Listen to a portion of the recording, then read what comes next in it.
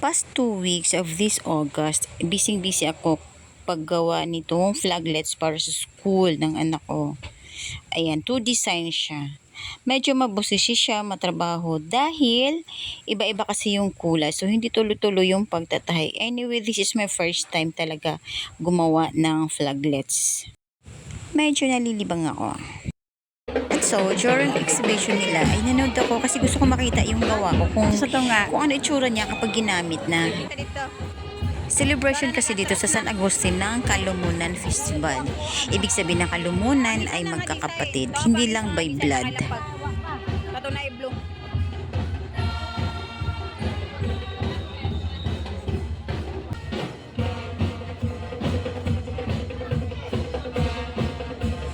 Oh, so ganyan pala.